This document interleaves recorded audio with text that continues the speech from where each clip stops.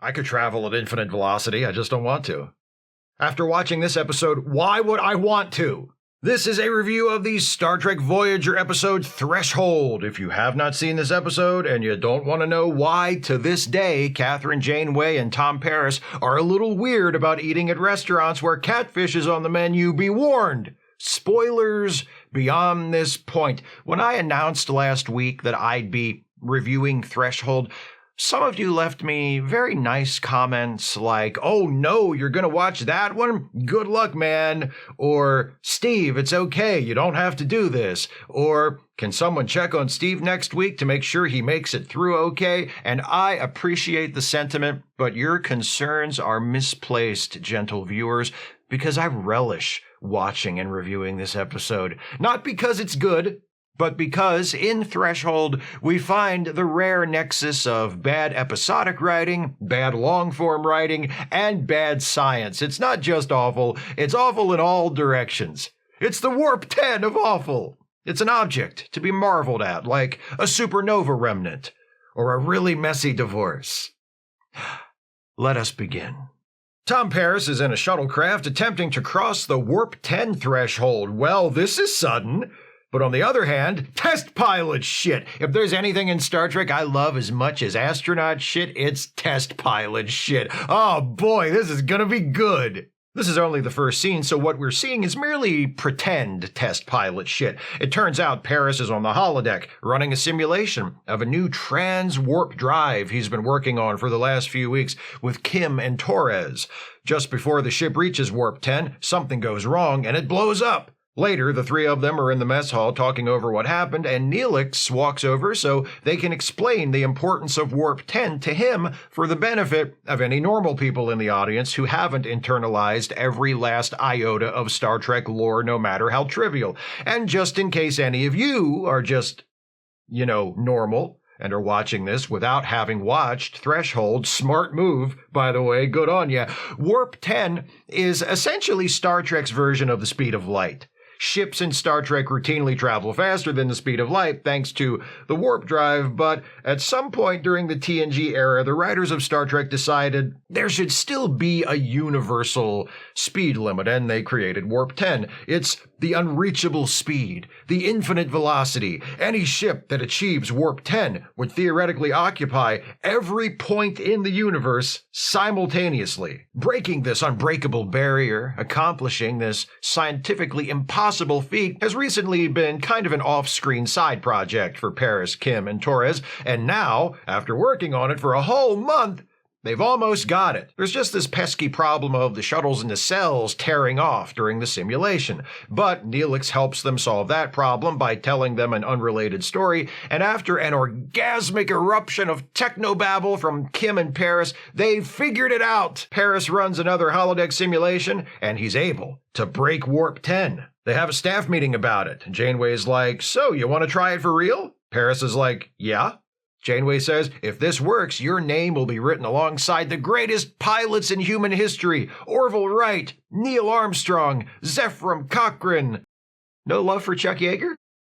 Chuck Yeager, whose breaking of the sound barrier in 1947 is the direct analog of what Paris is attempting, the most legendary test pilot who ever lived, the embodiment of the right stuff. You say Chuck Yeager's name, and you say it with respect.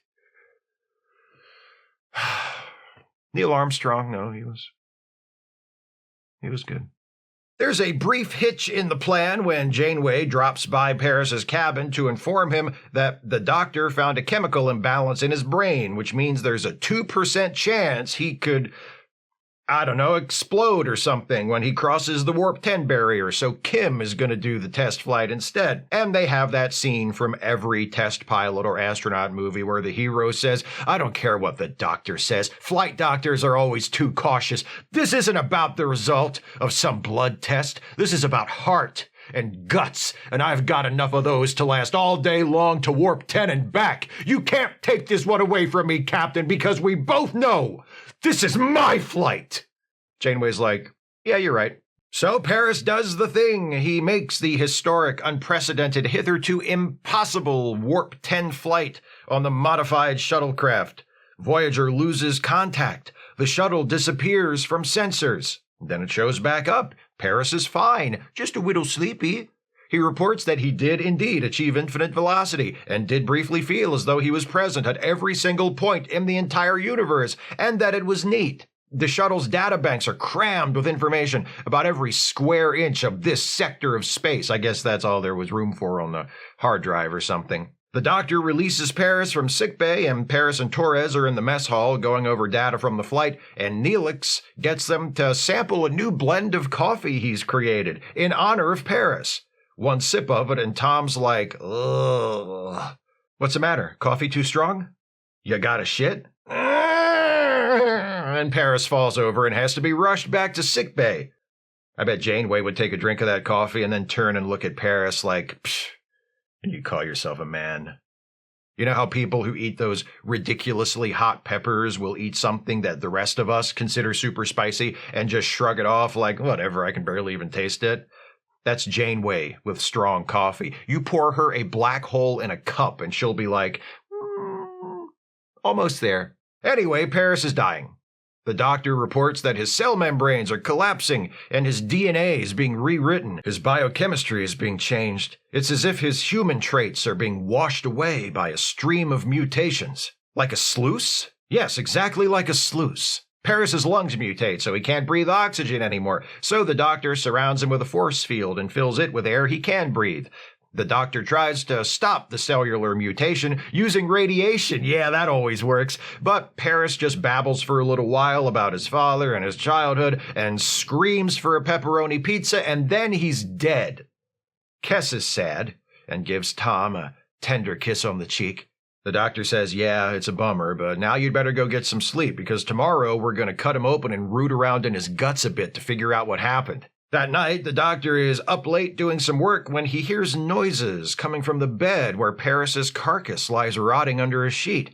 He goes to investigate and pulls back the sheet and, hey, Paris is alive! Still rotting, though.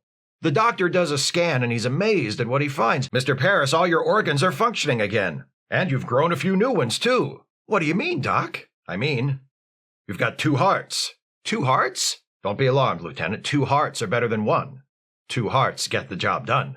Aren't you going to make a Doctor Who reference? No, I made a Bruce Springsteen reference, which is better. The next day, Captain Janeway comes into sickbay for a visit, and Paris's mutations have obviously continued. Janeway's like, hi, you've looked better.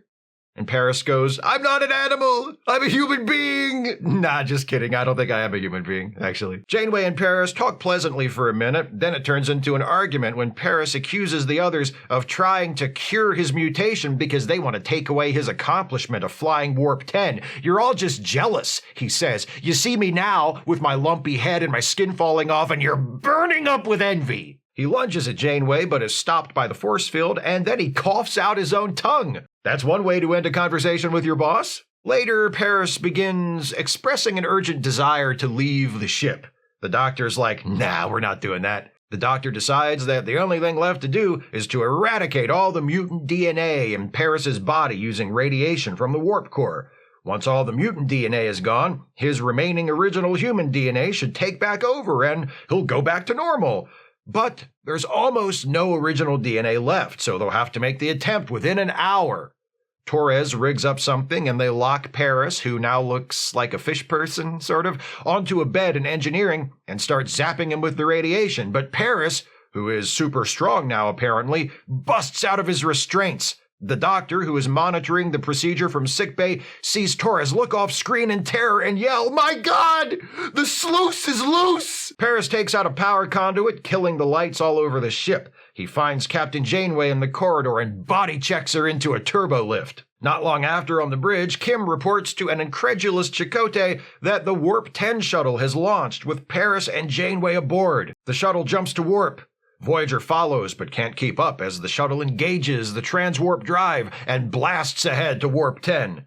3 days later, Voyager locates the shuttle in a nearby uninhabited star system. While they're on the way to pick it up, the Doctor takes a minute to explain to Chakotay and Tuvok what's been happening with Paris. It's accelerated evolution, the Doctor says. Due to the effects of traveling at Warp 10, Mr. Paris has been mutating into a future stage of human development. Fortunately, once we find him, my warp core radiation treatment should be able to restore him to his normal state. I thought you said we only had an hour to fix him. And that was 3 days ago. Did I say that? Forget I said that. Chakotay and Tuvok beam down to the planet where the shuttle was located, and they find 2 human-sized catfish salamanders crawling around. Chakotay immediately stuns them with his phaser. Tuvok confirms that there are traces of human DNA in the creatures, and before they beam back up, Chakotay and Tuvok notice 3 little baby salamanders climbing out of a hole and sliding into the water. It's been 3 days! God damn! I guess human evolution isn't the only thing that got accelerated, huh? Anyway, they abandon the baby salamanders to die alone without their parents, and back on Voyager, the Doctor is able to restore Paris and Janeway to their normal selves.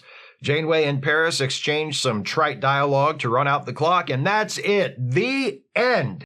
Pretty much everybody thinks this is a bad episode, and I think pretty much everybody is right, but what makes Threshold so interesting is that there are so many different points of contact to that badness. Like I said at the beginning, the episode sucks no matter which angle of approach you take. Judged on its own merit as a self-contained story, which is how I think all TV episodes of all shows should be judged first and foremost, Threshold is flat, uninvolving, and weird in all the wrong ways.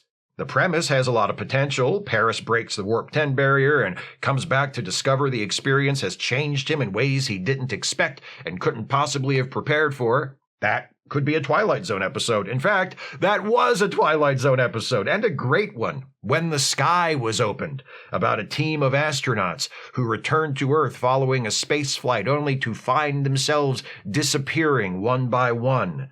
Not just disappearing physically, but disappearing from the memories of everyone else, as though they never existed at all. I'm not saying Voyager should have just remade that Twilight Zone episode. They shouldn't have, and I'm glad they didn't try, but the concept of doing something impossible, of crossing an uncrossable barrier, and then trying to return to your ordinary life does seem to evoke existential horror more than the gross body horror that Threshold attempts. Which wouldn't be a problem if the attempt at body horror wasn't such an abject failure. The various makeup designs created for Paris as he continues to mutate are very good, and Robert Duncan McNeill does the best he can to portray Paris throughout this process. But when I watch this episode and I get to the end, I always ask myself the same question. What was the point of any of this? Is this a cautionary tale about the dangers of humanity's reach exceeding its grasp? If so, that point is undermined by the fact that everything turns out fine. No one suffers any permanent damage, physically or psychologically, as a result of these events, and actually, with a few hiccups here and there, the whole thing comes across as fairly low effort. Paris, Kim, and Torres are able to modify a shuttlecraft to do something previously believed to be physically impossible in about a month. Paris does it, first attempt outside of a simulator, no problem. He starts to mutate, but the Doctor figures out a cure. He escapes, kidnaps the captain, but the crew finds him a few days later. They're fine. The Doctor's cure still works, even though it's been 3 days since he said they only had an hour left until all of Paris's humanity would be gone. Janeway and Paris are joking about mating and becoming parents at the end. It's all good. Some cautionary tale. Is it about Paris overcoming his own insecurities? For brief intervals, it seems to be that. Tom insisting that he be the one to make the test flight, telling Janeway that his father, a Starfleet admiral, had told him since he was a child that he was destined to do something important, admitting to Janeway in the final scene that breaking the Warp 10 barrier didn't feel as special as he thought it would, didn't make him feel better about himself the way he hoped it would. The problem is, for most of its runtime, Threshold isn't about that. It isn't about Paris. Paris isn't even the point of view character. Seeing as how the story of the episode is a member of the crew achieving a feat of incredible historic and scientific significance, wouldn't it make sense to tell that story from the perspective of that crew member? Instead, Paris is just a guy who does a thing, and then a guy who has bad things happen to him because of that thing he did. He feels pain, but we aren't invited to feel it with him. He's afraid and confused and angry, but we don't see any of what he experiences through his eyes.